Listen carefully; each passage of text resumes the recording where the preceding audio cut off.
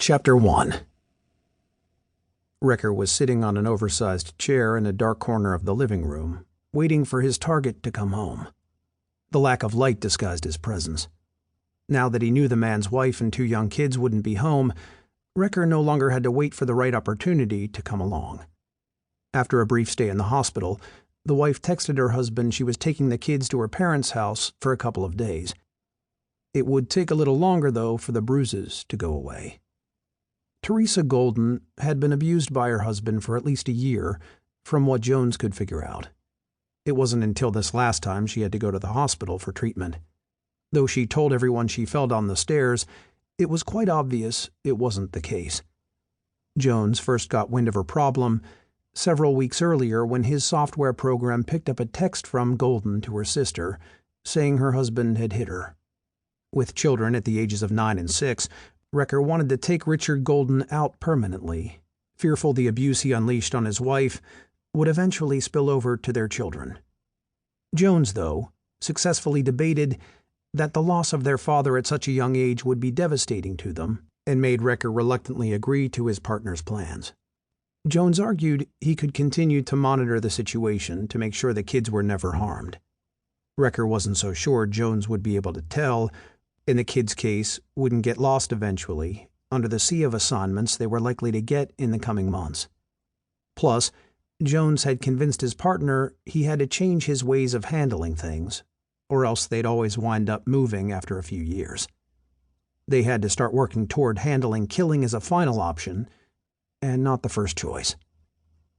Recker wasn't very fond of their newfound way of doing things, but he was willing to try it for a while, at least until he proved to Jones it wasn't working, which he suspected would be relatively soon.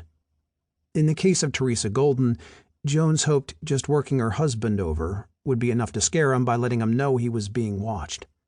Recker didn't believe it would work, though. He feared giving Richard Golden some bruises of his own would only make the man angrier, and worse, thinking his wife had something to do with it and told someone about him. Recker didn't particularly care for this less violent and friendlier, or, at least in his mind, version of himself. It had been a long time since he pulled the trigger with a target standing in front of him, and while he didn't enjoy it, he still believed it was as necessary as ever with some people. No matter what Jones said, or how he explained it, or how it benefited them by keeping their profile lower, Recker would never be convinced some people could be rehabilitated or scared into better behavior. Some people just had to be dealt with by violence. It's just the way it was. Regardless of his own personal views, Recker was playing Jones's game for the moment. He'd been waiting in the Golden home for almost an hour, in anticipation of Richard Golden getting home from the bar, his usual stop every Friday after work. Recker was staring against the far wall at a big bay window, looking into the dark night air through an open slit of the brown curtains. He'd just taken his phone out to look at the time when he noticed a bright flash before a pair of steady car lights shone through the windows. He slowly put the phone back in his pocket as he calmly waited for his victim to walk through the door. Recker heard the metal juggling of keys as they clanged against each other as Golden tried to steady his hand to unlock the front door. He could already tell Golden wouldn't be much of a problem.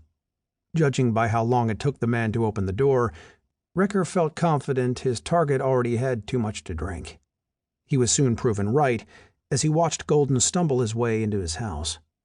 Golden staggered his way into the living room and flicked on the lights via the switch on the wall. He did a double take and took a step backward, not sure if he was seeing correctly or if he was more under the influence of alcohol than he thought. He shook his head to shake off the effects of the booze, as if it would suddenly make the man sitting in his living room go away. Once Golden realized his vision wasn't going away, he wiped the sweat from his hands off on his shirt, then his pants. He moved slightly to his right as he steadied himself on the back of a nearby chair, looking uncomfortable in the presence of a stranger in his home. "Who the hell are you?" I'm just a concerned citizen," Recker said.